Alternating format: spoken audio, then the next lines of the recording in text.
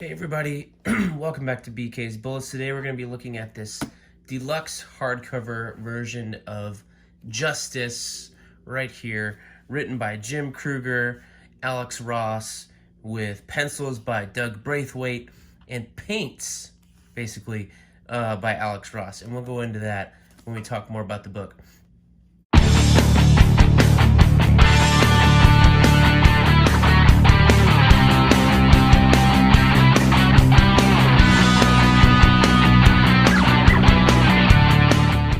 This is a 12-issue limited series that was done when I was in college. So let's call it 2006, 2007, I believe. Copyright 2009, and then issues 1 through 12, copyright 2005, 6, and 7. Okay, yes. So my sophomore year in college, this started coming out.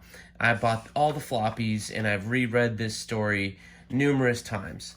What's cool about this book, let's just open it up so we can look at some of this beautiful artwork here, is that it's basically the Justice League versus the Legion of Doom. So if you've ever seen a Super Friends cartoon, if you've ever seen the Legion of Doom and the, head in the swamp kind of thing, of the bad guys getting together, and that's their headquarters, and you're a fan of that show, this is a book you need to check out. Even if you're maybe tangentially aware of that, this is a book you need to check out. If you're a DC Comics fan of the characters in their classic incarnations, this is a book you need to check out. If you're a fan of Alex Ross, this is a book you need to check out. If you're a fan of Doug Braithwaite, this is a book you need to check out. So if you fall into any of those categories, if you like superheroes or whatever, Justice is a book you need to check out. So this deluxe edition came out a couple of weeks ago. We're in the middle of November, and I was been looking for it for a couple of weeks, so maybe it came out in October at some time, but here is the slipcover. So this is a cover, I think an alternate cover to an issue that they used, and you can see the Justice League here on the left, the Legion of Doom here on the right, and everybody's kind of lined up with their counterparts. You got Superman and Brainiac, of course. Lex Luthor is also in the book, so he's another Superman villain, but Brainiac's a little more visually interesting because you got the little red dots and stuff here. You got Wonder Woman and the Cheetah, Batman and Scarecrow. I think Joker's also in the Legion of Doom, but again, we're choosing some visually interesting people for the cover here. You got Flash, Captain Cold, Green Lantern, and then over here you got like the side of Sinestro's head. Here's a little more easier to see there. And then Aquaman and Black Manta, and I can make out the heroes. I can't make out much. Here's Bizarro, I think, over there. And then Solomon Grundy, the Riddler's way back here. Of course, he goes to Batman, not really Plastic Man. This is a slipcover. Really pretty. It's got these like circle things from Alex Ross. So Alex Ross got famous from doing the limited series called Marvels in the 90s. And then after that, he jumped over to DC to do Kingdom Come.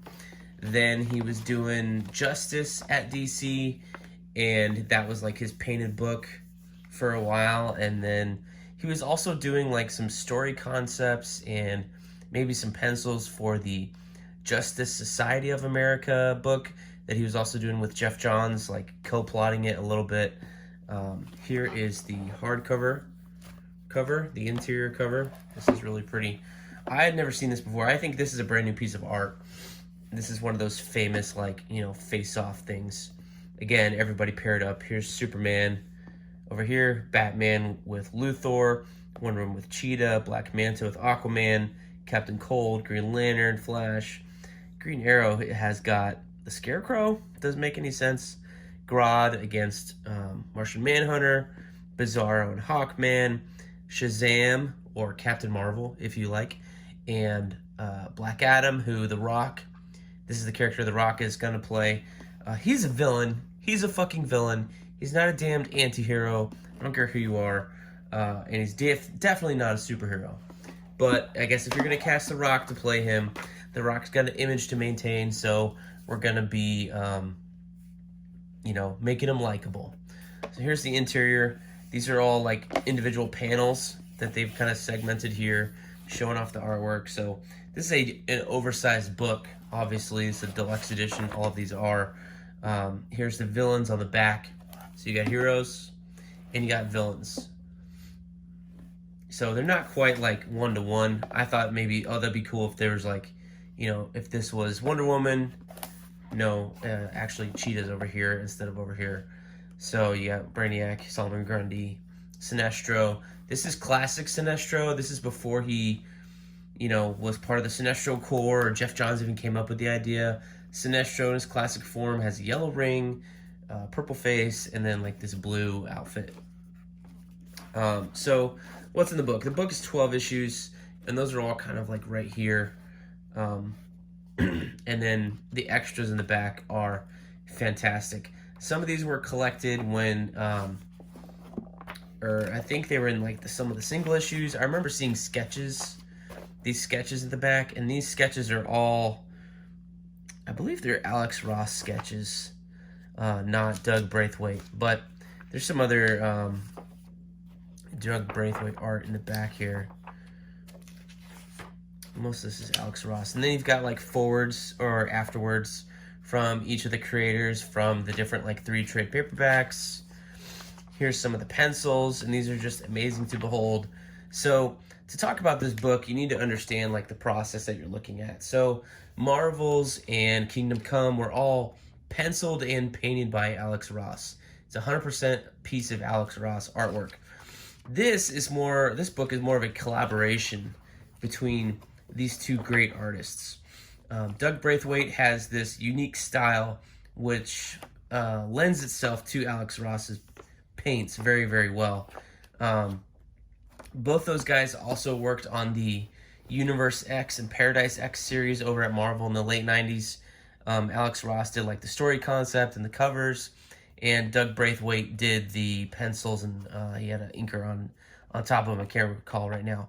But that was basically where they all met, where they decided that they make a great team, or that, you know, some editor decided that, hey, Doug Braithwaite looks a lot like Alex Ross, so we should get him to draw the book for us, which was a great idea. And then, so that kind of thing, you know, you were kind of getting Alex Ross style artwork, but not really. And then they said, let's take it to another level. And they had Alex Ross paint over Doug Braithwaite's pencils. So you can kind of see that process in the back, back here. So here's this Green Lantern page with the pencils, and then I guess they would ship it to Alex Ross. Hopefully not the originals, but he would then like take it and then paint over it with his paints and airbrushes and gouache and all that stuff. If you follow Alex Ross's Instagram or his YouTube channel, he kind of goes into his process a little bit in some videos, kind of not. This page is just super intense. This Hawkman fighting, I think, a bunch of Toyman things, if I recall correctly.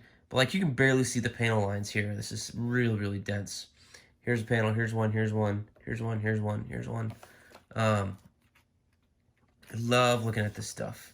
This is one of my favorite 2-page spreads in the entire book. This is the Batcave. So, this, they need to make a poster of this fucking page. Look at this. This is Superman beating the snot out of Batman, which is funny because in Hush, you kind of had the flip-flop of that shot. You had, I was trying to find it in here. Maybe I can't.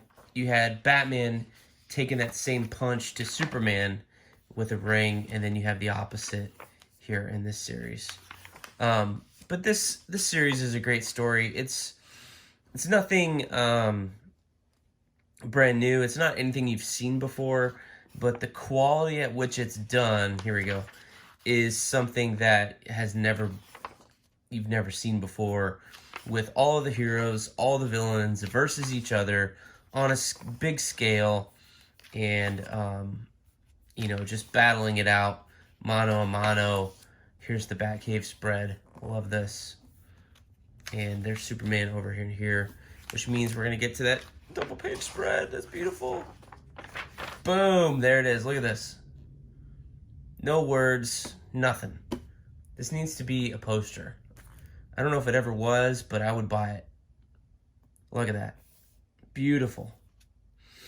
Beautiful painted artwork on top of beautiful pencils. So that's what kind of makes this book unique, is that it's like two artists melding their vision.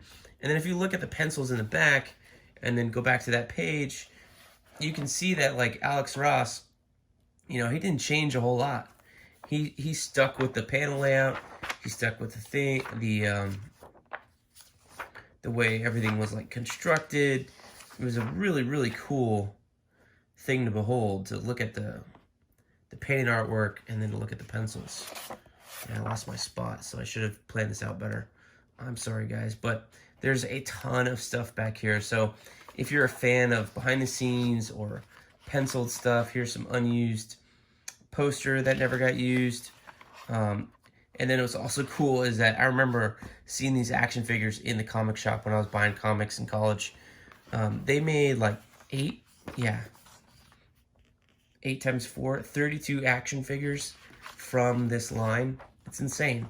And they're all kind of highlighted here. And then if you keep on flipping back in all the little character, there's like what's beautiful about this thing is there's like a character descriptor for each character, and a character breakdown with some designs and some pencils. These are all Alex Ross.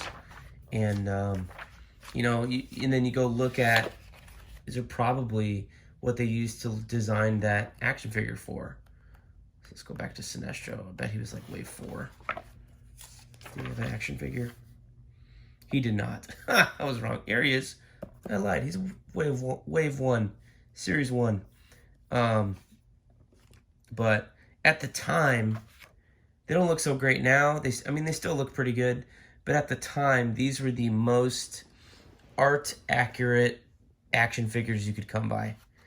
And they're great, just classic representations of these characters. Silver Age, 60s, Bronze Age, wherever you want.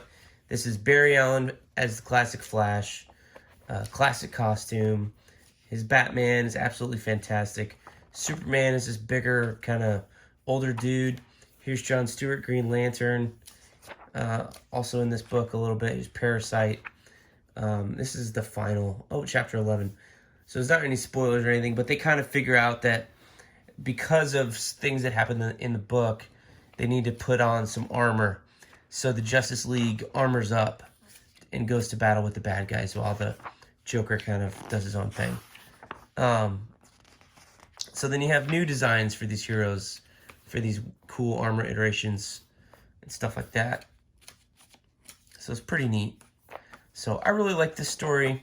It's nothing fantastic, but what makes this book fantastic is the art, and having it in this oversized edition is just beautiful to look at. And you can really appreciate all the details, all the fine paintwork.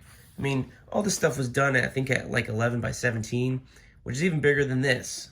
So if you had an absolute edition of this, I don't know if there is one or not, but you would be looking at that with the same, you know, kind of dumbstruck awe that I did when I paged through this for the first time. So I'm looking forward to rereading this book. This is Justice, Jim Krueger, Alex Ross. See, Silver Age, Fortress of Solitude. Giant key, only Superman can use it because he's the only one strong enough on Earth to use it. Love this stuff. Here's that page. We're looking at the pencils before with Hawkman. Beautiful. Anyway, guys, if you like superheroes and you like Alex Ross, and you haven't read this yet, definitely go seek out the Justice Deluxe Edition hardcover. It is $50. You can find it for much cheaper on the discount sites, Amazon, Discount Comic Book Service, cheapgraphicnovels.com, that sort of place. So, check it out. Thanks for watching, and I'll see you guys later in the funny pages.